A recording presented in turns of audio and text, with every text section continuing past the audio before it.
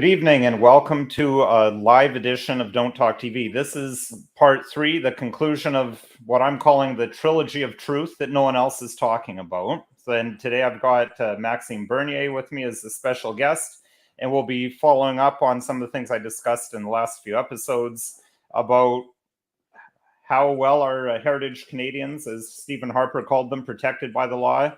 How are they in turn treated by the law?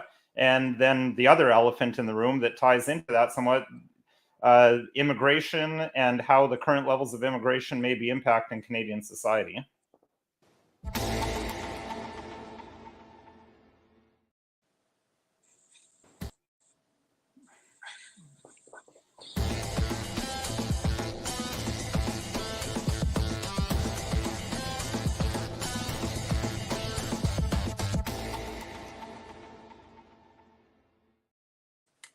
Good evening. Welcome to Don't Talk TV. My name's Nicholas Wansbutt. I'm a lawyer in Stratford, Ontario, Canada. And with me is Maxime Bernier, the leader of the People's Party of Canada.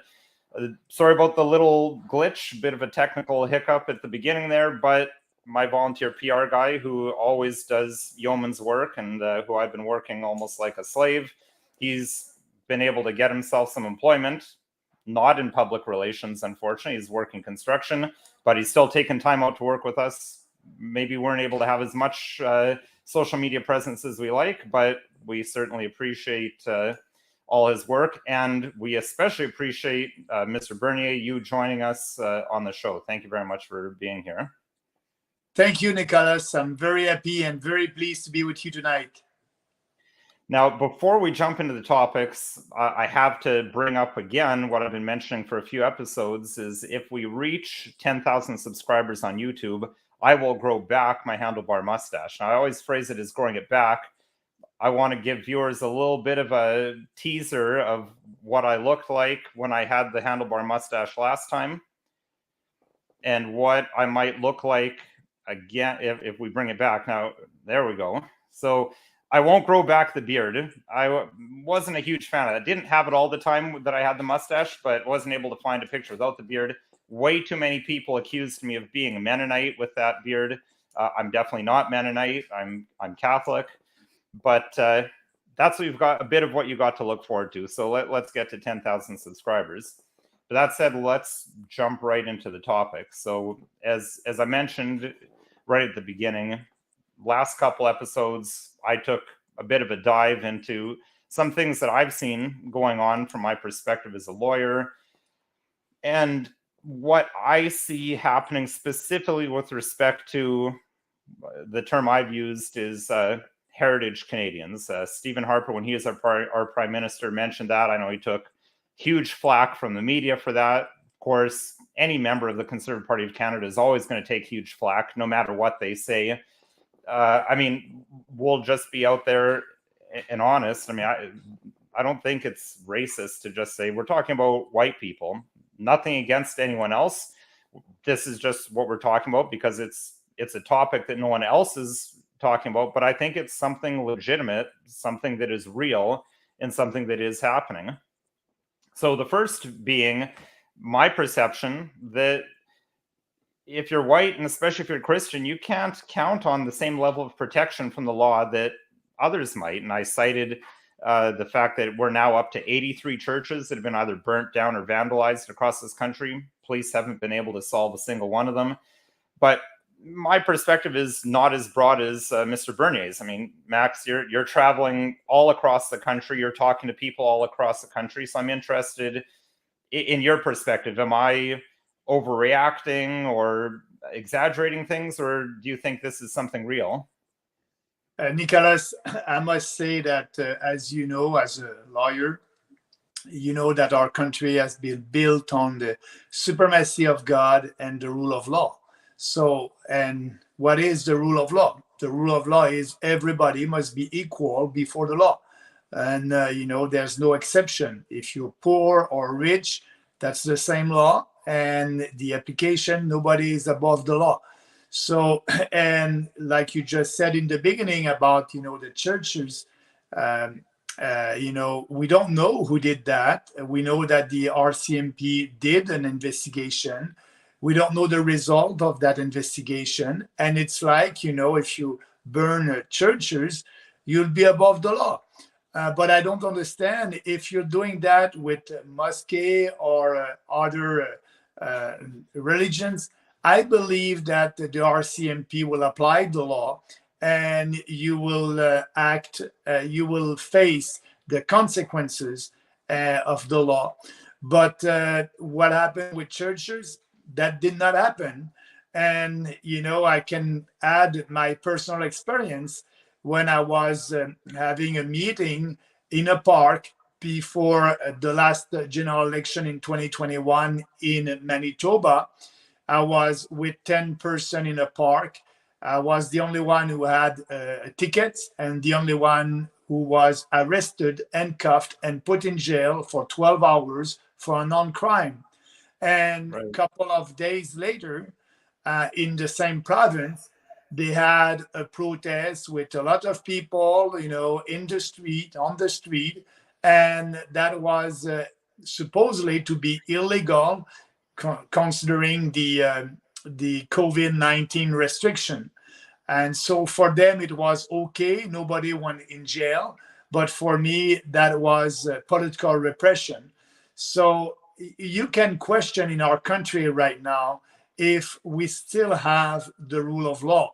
And, with my own experience and what happened with churches, and we don't know people who did that, they were not, in court. And so I think when you're doing that and when you're always focusing on the race, because that's what the government is doing, everything is about race, the diversity. They want more people, for example, in the Canadian Forces.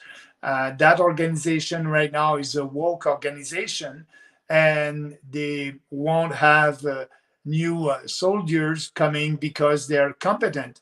They have a quota. They must respect these quota. And I'm against that as a politician. You must always find the best person for a job. And if that person is black or white, that must not be important. But today it is important. And sometime when, you have white people who are doing something, they will have a strong investigation. And I don't know, it didn't happen with people, I don't know who did it, with people who burn our churches, Catholic churches, 2 summers ago. Right. Well, just speaking the Canadian Armed Forces, I've got to share a quick article here just to back up what you were saying there, in terms of the recruiting and the positions that you're taking. You mentioned quotas. But I've got this Toronto Star article here, and the title is "Too White and Too Male. Canadian Armed Forces are rethinking recruiting as staffing slides, senior officers say." And the subtitle of that saying, "Culture change is a must-have rather than a nice-to-have, and not only for our current, but also for our future defense team members."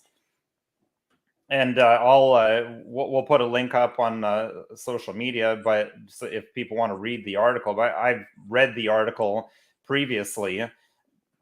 The title is an accurate rendition of what the policy is, and to me, that seems to be a recruiting policy that has nothing to do with we want to have an armed forces that's going to have people who are good soldiers and who can defend the country well. It's just more of we want a military that, regardless of whether they're good at fighting or not, they meet this image or this diversity that we want. Yeah, and it's not important if you're white or black. Like I said before, the most important is your character. And I like to quote Martin Luther King when he said, we must be colorblind. We must judge people by their character, not by the color of their face. And the Canadian forces are doing that. Actually, they are judging people by their color, by asking for more Black people in the Canadian Forces. It will come naturally. We must just ask for people who are ready to fight for our country. And speaking about fighting for our country, you told me a little bit before that, I believe since 2020 or 2021, the Canadian forces will accept permanent residents to be part of the Canadian forces. I believe that, you must be a Canadian citizen. If they want to have more people, they just have to change. Now, a lot of people are, leaving the Canadian forces because the Canadian forces, it's that kind of organization, woke organization. If they want to first keep their people, they must act as a real army, and they must have policies that would be fair for everybody based on the rule of law. And actually, that's not what is happening. So they're losing people, and they try to have more people, and they are opening the door for permanent residents. I believe that you must be a citizen of our country to be part of the Canadian Forces. Right. Yeah, and I just screen shared another article. This one's from Global News. This one's titled "Permanent Residents Now Eligible to Join the Canadian Armed Forces." It's from December 5th of 2022. Before I pulled that article up, I looked up an announcement on Canada.ca that confirms this. So I just like showing viewers that we're not just making things up when we talk about them on this show, that you can see the proof right there that this is actually happening. So as part of this, I mean, it's almost an obsession or a real focus on race. I mean, I was raised at a time when we were taught the Martin Luther King way, like you just referenced there, that to judge people by the content of their character, not by the color of their skin. Whereas now it seems to be all about that. And in fact, I don't know about you, but I've been accused by people of being racist for trying to be colorblind or saying things like that. I think everyone, regardless of who they are, should be treated equally under the law. Have you been accused of racism for quoting Martin Luther King? Absolutely. When we started and we created the party in 2018, I had a kind of a discussion on Twitter with a Black member of parliament, and she said, "Check your privilege." And I quote Martin Luther King at that time, and that was all in the news.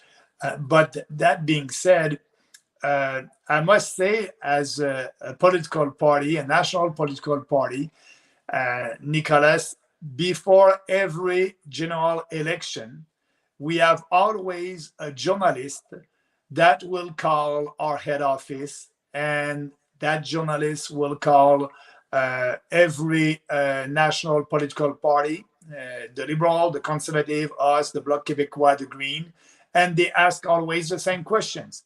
How many Black people do you have as candidate? How many gay people do you have? And all these kind of questions. And at every election, when we have that call, we are saying always the same thing.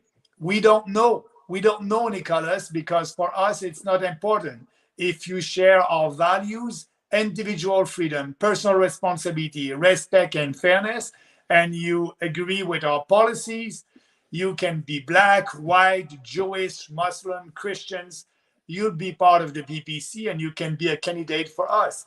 And, we don't know, and we don't want to know.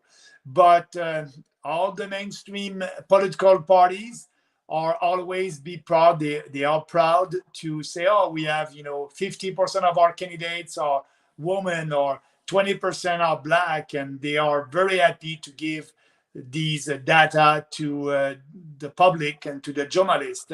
For us, the journalists must do an effort and go on our website and find candidates and look how many Black or white people do we have, or ask the questions to our candidates. But we won't answer these questions But that's what is happening in our country. Like you said, everything is about race, about diversity, and that ideology is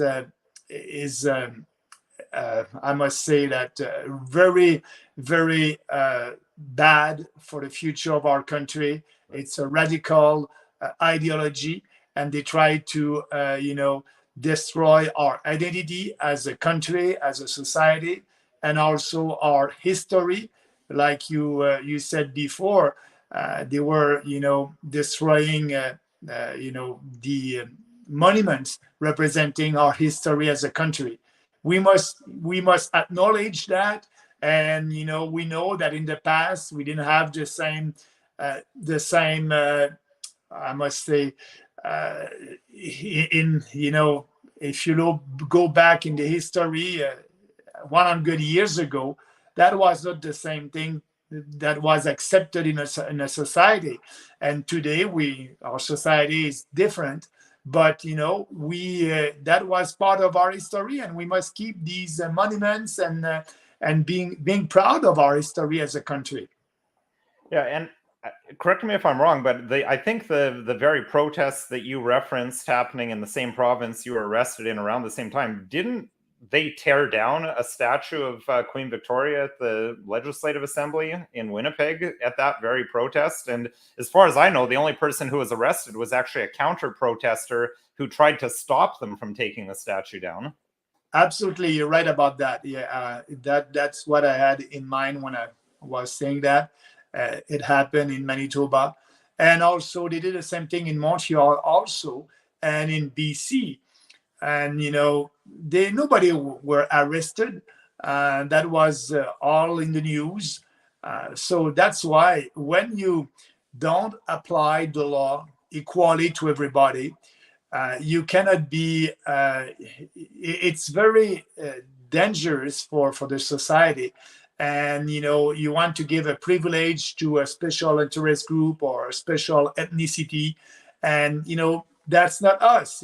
Everybody must be equal before the law, and that's what we did in the past. But now under Justin Trudeau and the new woke philosophy, it's okay to do discrimination. They call that a positive discrimination for people in our society. A discrimination is a discrimination. I'm against that, and it's life. Life can be tough, but we must not discriminate against each others.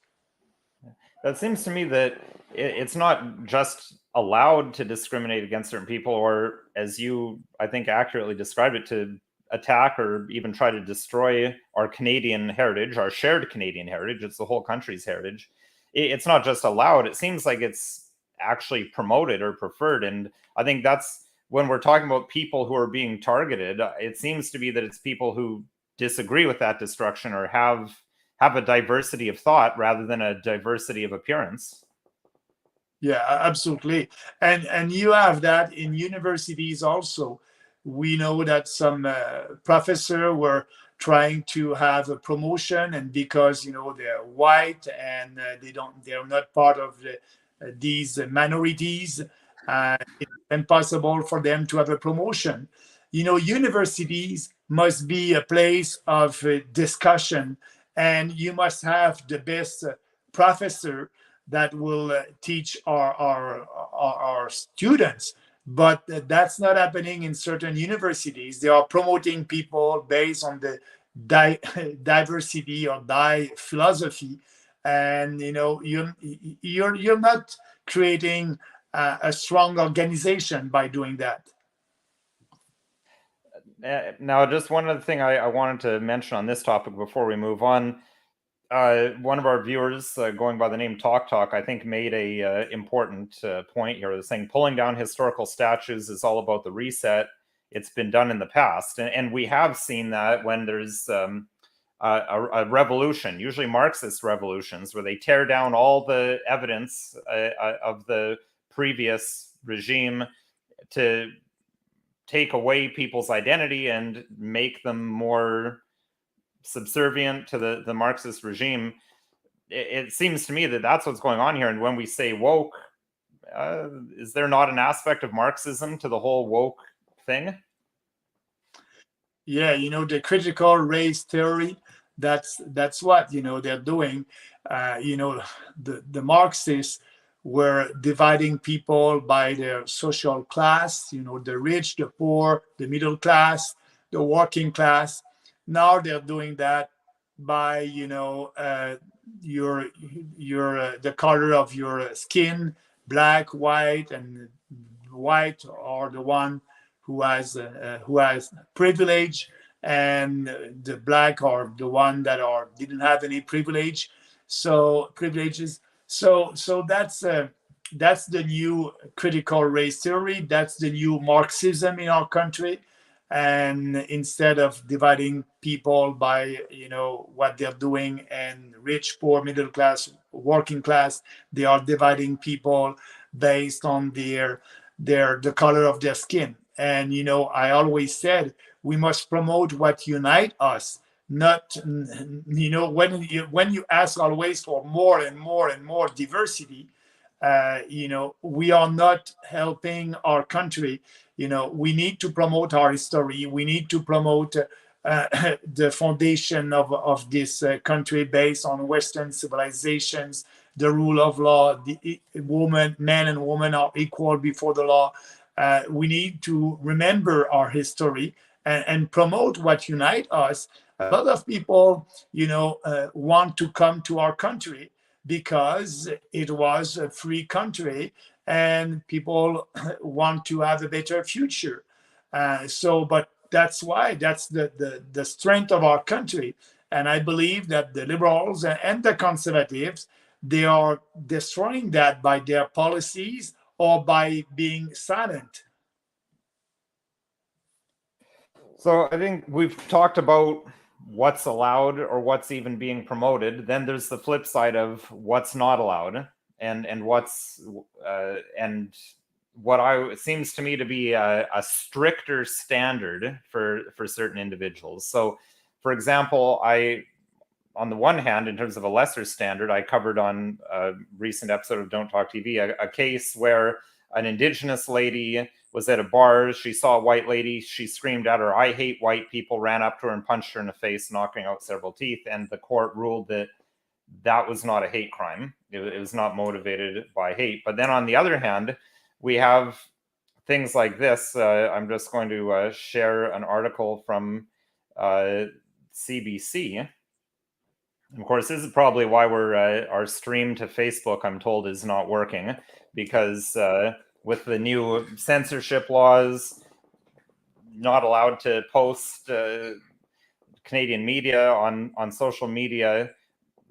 We don't really have time to talk about that. But anyway, I just wanted to warn viewers. I know we'd advertise we'd be on Facebook, but I'm told that our stream isn't going on that. So we're just on YouTube and Rumble right now.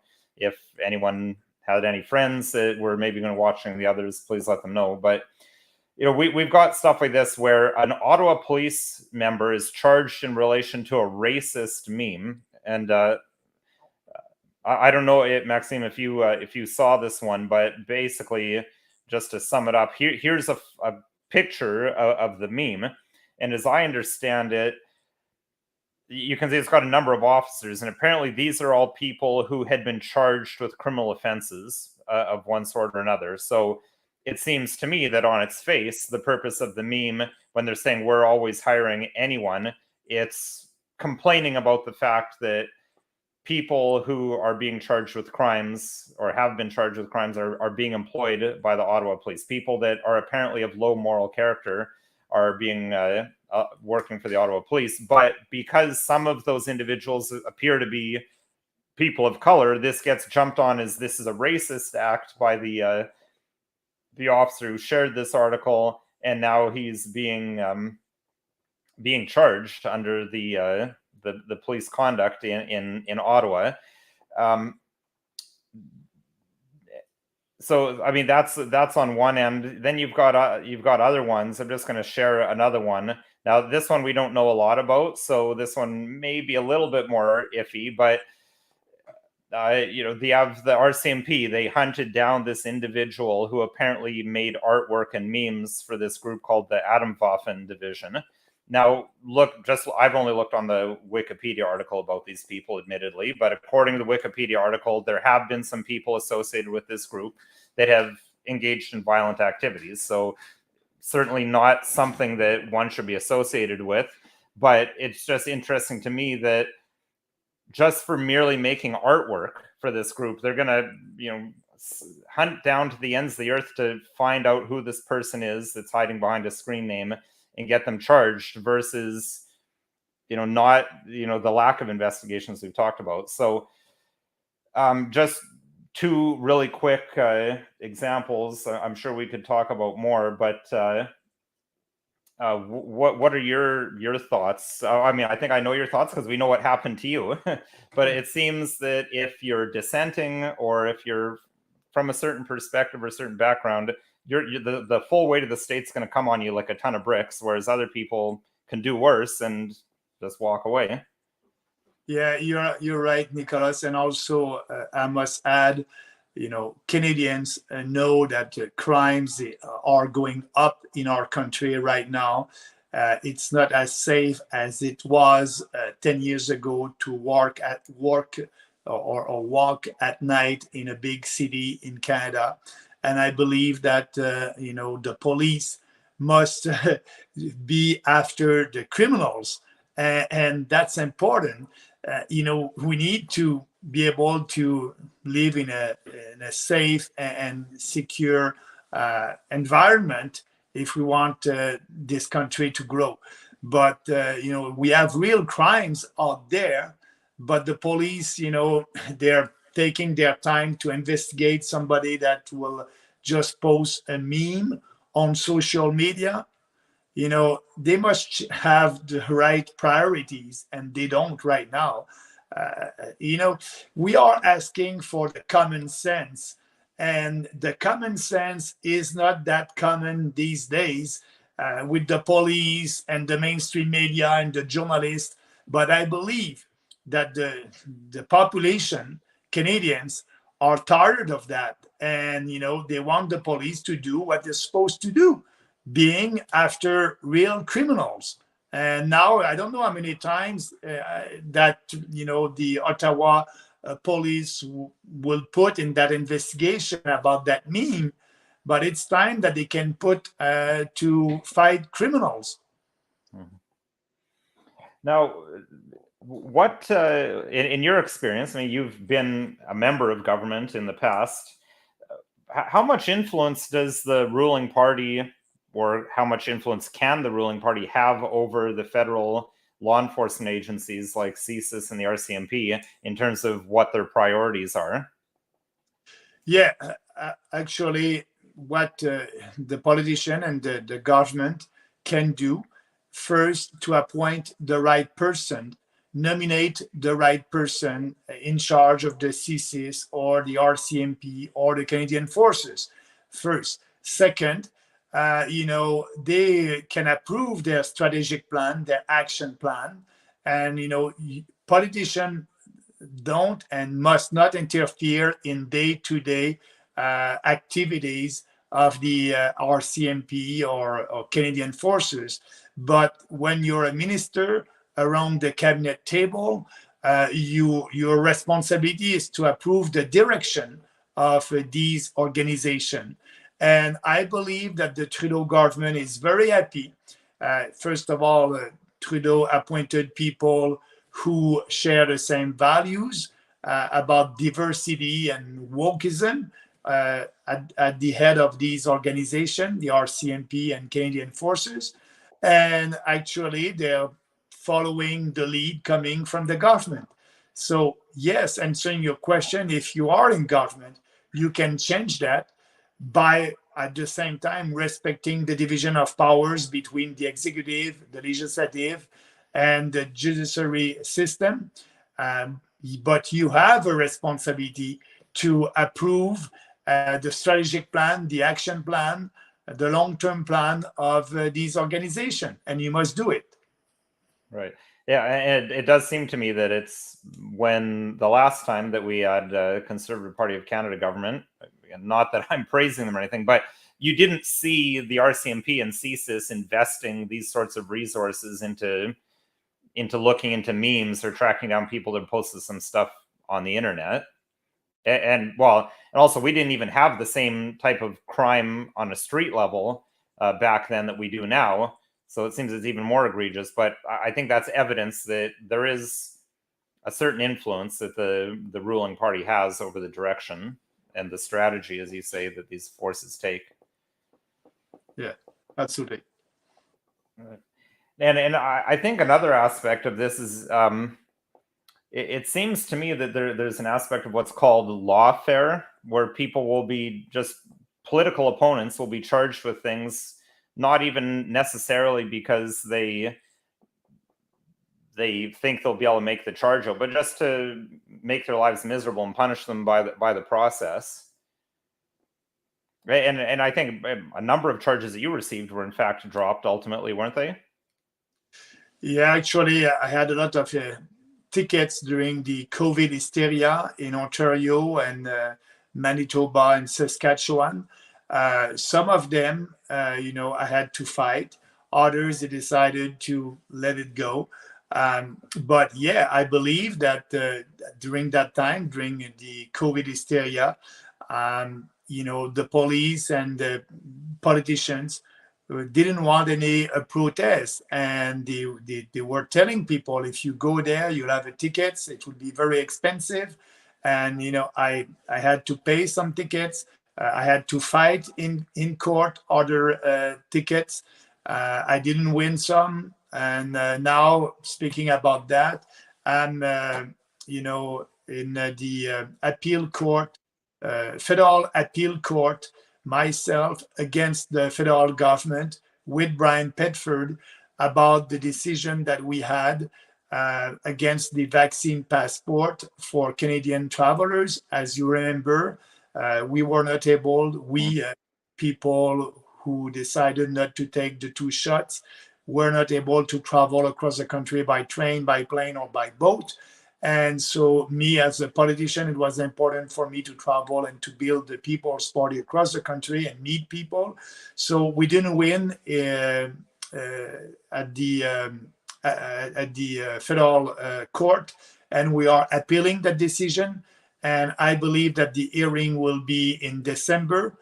And I can tell you, we will appeal that decision up to the Supreme Court of Canada, because we believe that it was our constitutional rights to be able to travel freely across our country. But yeah, it's a little bit disappointing that we were not able to win at the first instance. We had to appeal that, but we'll see what will happen. All right. Well, just while you mentioned the COVID hysteria, just to go a little bit off topic for a second, I'm just screen sharing here. Just what comes up when you look at Google News right now about COVID? They're already talking about. I mean, these are 23 hours ago, 10 hours ago. These stories were in a wave. COVID-19 cases on the rise in Ontario as highly mutated variant emerges. Quebec Health Ministry recommends COVID-19 booster. They talk about, again, more so about mutated virus. They're monitoring the COVID-19 variant. I mean, this seems all eerily familiar. So I guess the question is, you ready to go to jail again? Yes, I'm ready. And, I know that they're pushing for a vaccine. I don't know if our politicians are working for the pharma industry, but they're a good salesperson. They are pushing every fall for the vaccine, and during December, now they're doing the same thing. So, yeah, as you may know, I didn't take the 2 shots, and I won't have a vaccine.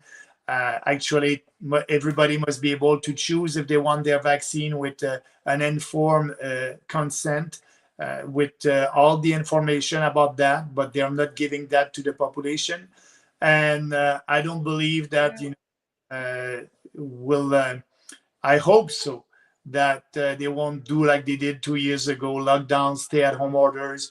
If they're doing that, yes, I'm ready to fight, because I still believe that it is unconstitutional, illegal, immoral to do everything that they did the last 2 years. Well, as you're talking there, mentioning the fact that you didn't take the 2 shots or whatever shot we're on, if you're up to date on boosters, I've lost track.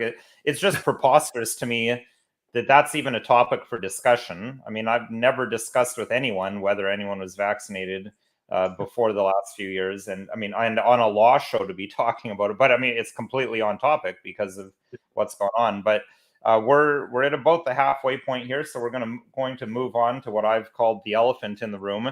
And this will get into a little bit. Some people I've seen in the comment section, we're not ignoring you. We'll try to get to some of your questions about people asking a bit about the platform and that, and we'll talk about an important aspect of the PPC platform. But I just wanted to remind people you're watching Don't Talk TV. We're live streaming on YouTube and Rumble right now. Unfortunately, the feed to Facebook isn't working, but also just remind people to like, share, and subscribe, because I've still got that challenge out there. If we get to 10,000 subscribers, you'll see me regrow my handlebar mustache.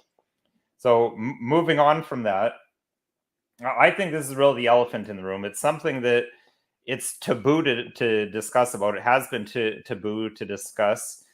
It's coming up a little bit more. I actually heard on the radio the other day some mention, of course, they're coaching and we're concerned that we're hearing people talking about this. And that's the question of immigration. And it goes, of course, the immigration, as soon as you talk about it, oh, you're a racist. But to me, it's not about race. It's not about where people are coming from. It's just the bare fact of, is there a limit to how much immigration a country can handle before it starts having detrimental effects? Are we having those detrimental effects? And I think that ties in with what we're talking about, because you talk about this desire for more diversity. Well, I think 8 years ago or 7 years ago, when the Liberals took power, Canada was 85% European background people. I don't know what the percentages are, but if it seems that there may be some desire to increase the variety, if you will. But I know there's a lot of different things to talk about here, but I think we should zero in, because I think this is a key part of the PPC platform, and what really sets you apart from everyone else is this question of, is there a limit to immigration? Is there a point at which immigration will become actually damaging to a country rather than helping it? Because the uniparty position and the legacy media position appears to be, no, the more immigration, the better. There is no upper limit. There is no point at which it'll become a bad thing. Yes, Nicholas, we had a limit in the past, and now we have a new limit, 500,000 people starting in 2025. But that discussion about immigration, I just want to say that, as you know, I'm in Montreal right now, and in Quebec, at the last provincial election, we had a discussion about immigration. One party were saying, 50,000 a year, another one 30,000 a year, another one 20,000 a year. But when the leaders of these political parties had that discussion at the provincial level, nobody said that they were racist. We are used to have this debate in Quebec because we want to protect our culture, our identity, the French language. So it's normal in Quebec to have a discussion about immigration, and nobody will say that you're racist because you want 10,000 or 20,000. But when I started that debate in 2019, all across the country, and I said, we must have fewer immigrants. We must be able to take care of them, and we are not with the huge number that we have right now.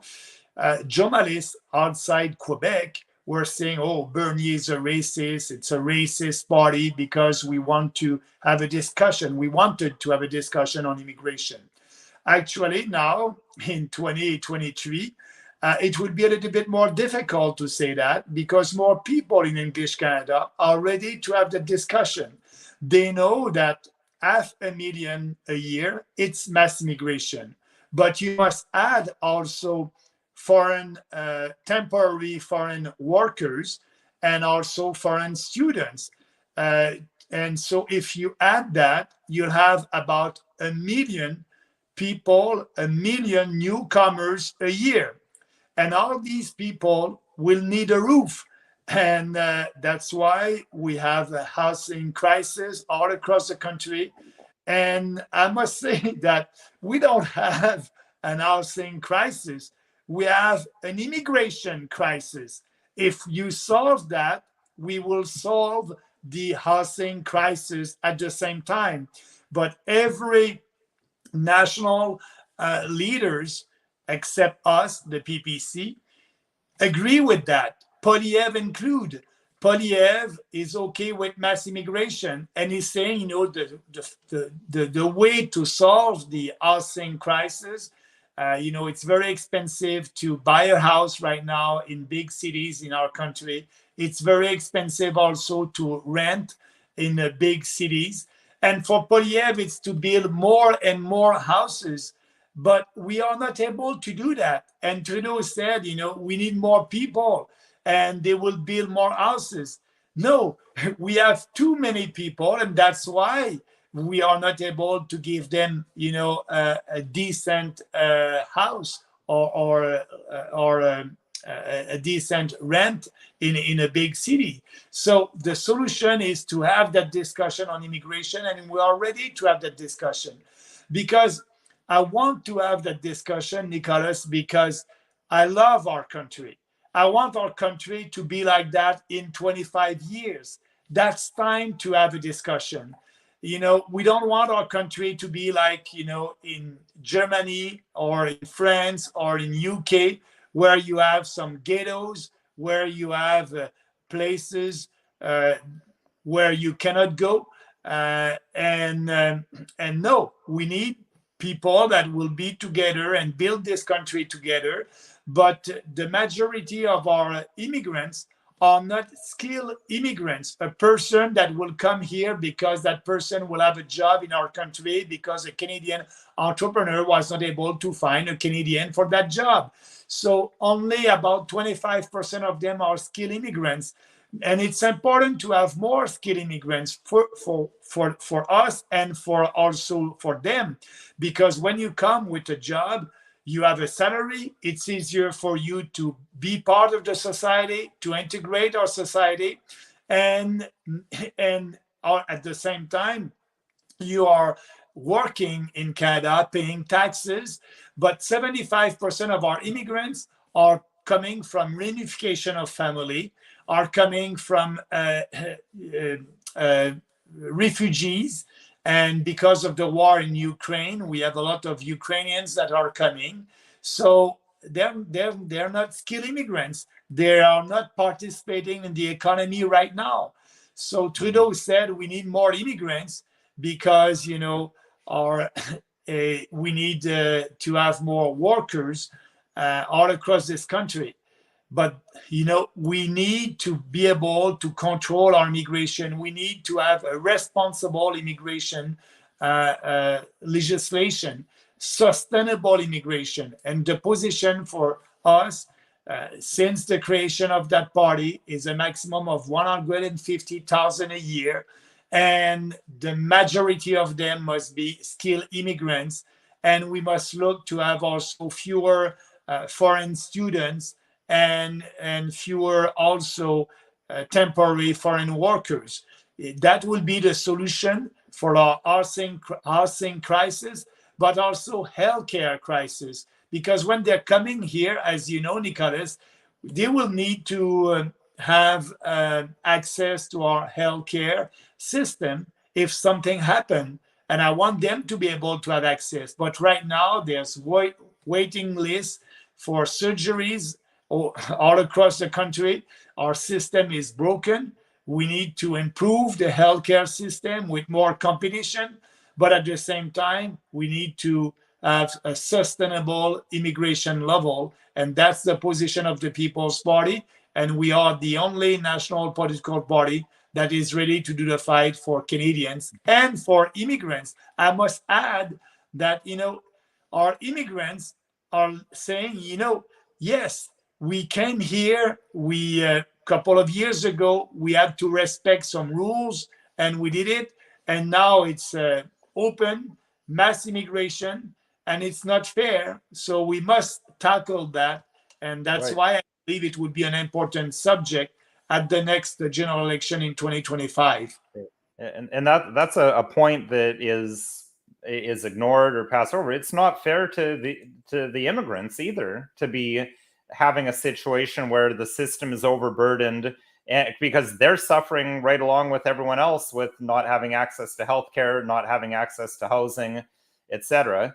I would like to just share another screen here because, as I say it here at Don't Talk TV, we always like to show we're not just making things up. This is real data. When you talk about the number of immigrants, this is Stats Canada that I'm looking at their website, and they have an article here talking about Canada's population estimates and the record high population growth. So the fact that we've had record population growth, I think that already is suggestive of the truth of what you're saying. But we've got here saying that temporary immigration is the leading contributor to Canada's growth. So in 2022, we have, you say, 437, 180 immigrants being permanent residents, but then we have non-permanent residents estimated at 607,782,000 people. So you put those together, you're getting very close to 1 million people, which we have to put these things in context. 1 million people in a vacuum. Okay, what I mean, 1 million people in the United States, for example, a country of almost 400,000 people, 1 million people is not going to be as big of an impact as a country the size of Canada, which is, I think we're up to 38 million now. We were 35 million when Mr. Trudeau first took power as the Prime Minister back in 2015. So you add in those numbers, now we're talking about like 1/35th or 1/38th of the population. That's a big increase in 1 year. And it's not an organic increase where it's young people who they've been here going to school, kind of working their way up, and there's time to prepare to build that housing, to have that jobs. Whereas these are people that are coming, they're ready to go, they're ready for jobs, they need housing, they're not living with their parents, etc. Yes, you're right about that. And Statistics Canada said a month ago that now we are 40 million people in this country. And the growth of our population, like you said, it's not coming from a baby boom. We didn't have any baby boom. 95% of the growth of our population, it's coming from immigration. 95%. So, and that's why per capita, our country, if you look at the immigration and the level of our immigration level in Canada per capita, it's far. We cannot compare ourselves with the US or any European countries. We are the first one per capita. We are opening our doors to everybody. And for Trudeau, it's okay, it's normal. Just remember what he did with the Roxham Road in Quebec. Everybody's welcome. They were crossing our border illegally, and the good news is we were able to close that road. I said that in 2019 that we must close the road, the Roxham Road, and ending that. But it's because of the policies from the Trudeau government with the support of the Conservatives. So per capita, we receive more by far of any Western countries immigrants per capita. So that's why we need to have the discussion. That's having an impact.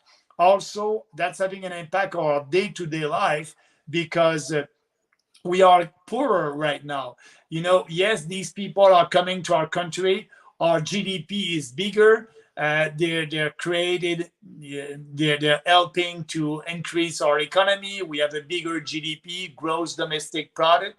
But if per capita we are poor, and so now we know we are paying the inflation tax and all these taxes. So I believe and I hope that more people will understand that we need to have that discussion on immigration, and if they want to have the discussion, the PPC will have that discussion. But actually, the Conservative, the Liberal, the Bloc Québécois, the Green, they're okay with mass immigration. We are not. Well, and in speaking of Canada's GDP, I can't find an article on this right now, but I think I heard this. You would probably know better than me.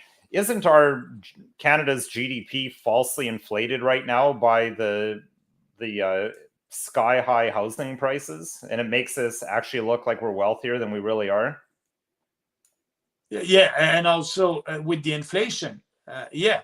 But the fact is, if we want to increase our standard of living, we need to increase our productivity, and that's important. And productivity will come with more automation, robotic, and that's the way to increase our productivity as a society. But now the big corporations are asking for, temporary foreign workers, and that's not the solution. The solution must be for them to invest to increase their productivity. Right. And the problem is you speak about a conversation. We're just talking about the concept of talking about this, not ignoring it, but it's so difficult to have a conversation because I even see in the comments box, we have a visitor, and everyone's welcome to visit us and express their opinion. But we have a quote here from one person saying that what we're talking is a bunch of Nazi propaganda. No discussion of this is why you're wrong or this is why I disagree with you. Just you're Nazis if you want to reduce propaganda. Which, to me, to call the leader of a party that's essentially kind of a quasi-libertarian party a Nazi is extremely ironic, because Nazism, nationalist socialism, is an authoritarian, very centralized, state-centralized type of ideology. Prior to the last 10, 15 years, no one would ever accuse someone of Nazism for just saying, well, look, let's talk about what's a realistic target for immigration to maintain societal cohesion and make sure everyone has jobs, etc. Yes, they're throwing names because they don't have any arguments. They cannot argue, so they don't want to have that debate. So they try to discredit me or discredit anybody who is asking for reasonable, respectable, sustainable immigration model. And if your viewers want to know a little bit more about our platform, they can go on our website, peoplespartyofcanada.ca, and click on platform and click on immigration, and it will take you 3 minutes to read our platform on immigration, 2 pages. But if you want also to find the platform of the Conservative Party of Canada, Pierre Poilievre's electoral platform, go on their website, conservativepartyofcanada.ca, but you won't be able to find any platform, Poilievre's platform, because Pierre Poilievre is doing politics based on survey and focus group, and Poilievre doesn't know what he will believe in when the time will come for the next election in 2025, because he will need to do focus group and polling to tell you what you want to hear and try to have your support. So we are doing politics based on conviction and principles. And what I said in 2019 at the last general election, in 2019 at the first general election for us as a new political party, and the last one in 2021, that was the same thing. That was the same platform. And that will be the same platform in 2025 at the next general election. So if they want to know more, peoplespartyofcanada.ca/platform/immigration, and just read it. And I hope that you'll be able to understand why we need to change our policy on immigration. So with I think that segues perfectly into something we should discuss in the few minutes we have remaining, because I'm sure this is a question that you get constantly, and it's come up in our comments box from a number of individuals. I know people are interested in it. We had one gentleman, Danny Fitzpatrick, said that he prefers the PPC platform, but wondering whether you would consider any kind of alliance with Pierre Poilievre to defeat Trudeau. And then I think in a related comment, Sean Riley asked, how do you respond to the idea that your party is splitting votes that could have already led to kicking out the Liberals? So I think those two questions go together, because I think I know your answer on an alliance and why you wouldn't do that. And then as part of that, how do you respond to the vote splitting? Because I hear that all the time as well whenever the PPC comes up. Yeah, absolutely. We are not splitting any votes. That's Pierre Poilievre and the Conservative. Their goal is to split the Liberal vote. That's what they want to do. They want to have more support in big Liberals cities like Toronto and Vancouver. There's more seat in the big GTA around Toronto than in all Alberta. And for them to be in power, the only way is to have more support. And that's why Poilievre is not a real conservative. The Conservative Party of Canada is conservative in name only. And just read our platform, and you know that, we are very different. And I can tell you that we will fight. And when I'll be elected, and when we'll have some candidates that will be elected, we will support Poilievre when he will be a conservative, when he will table conservative legislations. And we will shame him if he's not doing that. So voting for the People's Party, it's your insurance policy that Poilievre will act like a real conservative, because we will push Poilievre in the right direction. And just look what the NDP is doing with the Liberals right now. The NDP is pushing the Liberals to the left and to the extreme left, and we can do the same thing on the right. And that's why, if you want to have big changes in this country, vote in line with your values. Don't vote against something. Vote for what you believe in, and you'll have more chances to have what you want. So that being said, it's why we are not splitting any votes, because if you split something, usually you started by something that is the same. If you split an apple, you have two pieces of the same apple. But we are so different on immigration, on inflation, on balancing the budget, on climate change. We are the only political party that won't do anything on climate change. We won't sign the Paris Accord. We won't impose any carbon tax. We won't impose regulation on businesses. We won't do anything on climate change at the federal level. We will let provinces to do that if they want. On the Constitution, we will respect the Constitution. We will give more autonomy to provincial governments. So if you want to see our platform, go on our website. And that's why I strongly believe that we will be able to change this country if you vote in line with your values. And as you're saying that, that's something of people for so long have been voting against something. It's always, we need to vote to get Chrétien out. Then we need a vote to get Harper out. We need a vote to get Trudeau out. And then people are surprised when the country they have is not the country they want, and the politics are terrible, and that they don't agree with anything that the ruling parties are presenting. And especially from those of a conservative bent, it seems they're unhappy with the Conservative Party of Canada, but we have to vote for them to get Trudeau. But what's the good of getting Trudeau out if you're just getting another government that you don't want and that is going to be putting Canada into a bad direction? And I think your point is perfect. And people should look at the platforms. Look at the Liberal Party of Canada platform, the Conservative Party platform, and the People's Party platform, and tell me which one is different, which one isn't like the others. I think it'll be the purple one that's not like the others, and the red and blue ones will look a lot the same. And Steve Robitaille makes a good point. 20% voter turnout is a problem, or whatever the voter turnout is. I mean, that's another problem.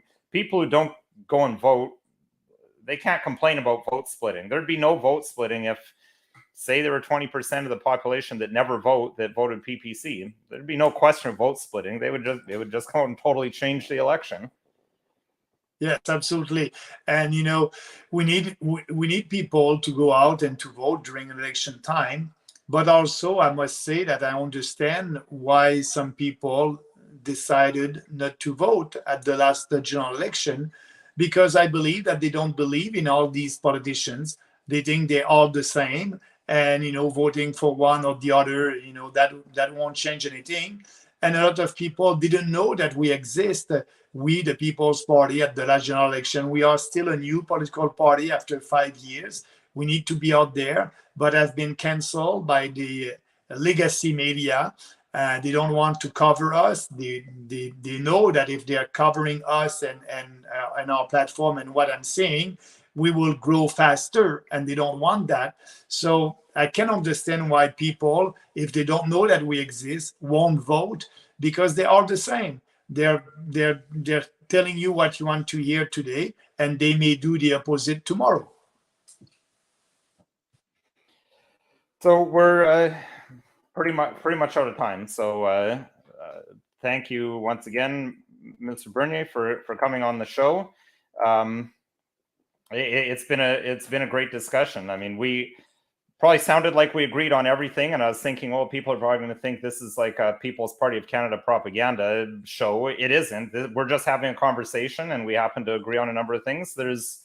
I don't agree with everything that People's Party of Canada's platform stands for, but that's the good thing about the People's Party is you're allowed to disagree with it, and you're not going to refuse to come on my show because I don't agree with every single platform point of the People's Party. And I think regardless of what your politics are, vote for what you believe and what you want is really the message at the end here, versus anything particularly partisan. But I think we've had a great discussion. Thank you very much for joining us, and I'll have to get onto the Maxime Bernier show when it gets up and running again. Thank you, Nicholas. Yes, you're welcome, and we may start that in September, so I'll let you know. And I want to thank also your viewers. So like I said, you can follow me also on Twitter, Maxime Bernier. You can follow the People's Party on social media, on Twitter, Rumble, and all the social media. If you want to know more, go on our website, peoplespartyofcanada.ca. But I just want to thank you because I had a nice opportunity to have a nice discussion with you. So I believe that if you want me another time to discuss other ideas, I'll be pleased to do it. Great. Well, thank you very much. So again, everyone, as always, me being a lawyer, I have to remind you that this show isn't legal advice. If you need legal advice, call a lawyer. You can call me if you need legal advice. And my number is always on the show. And of course, my volunteer PR guys, Johnny on the spot, got that on the little banner on the bottom. We're always open for show topic ideas, so please keep the recommendations coming. And again, if you found this show or any of our others interesting, helpful, informative, please like, share, and subscribe. Let's get us to 10,000 YouTube subscribers so you can see me with the handlebar mustache again. And thanks again, Mr. Bernier. Thank you. Bye-bye.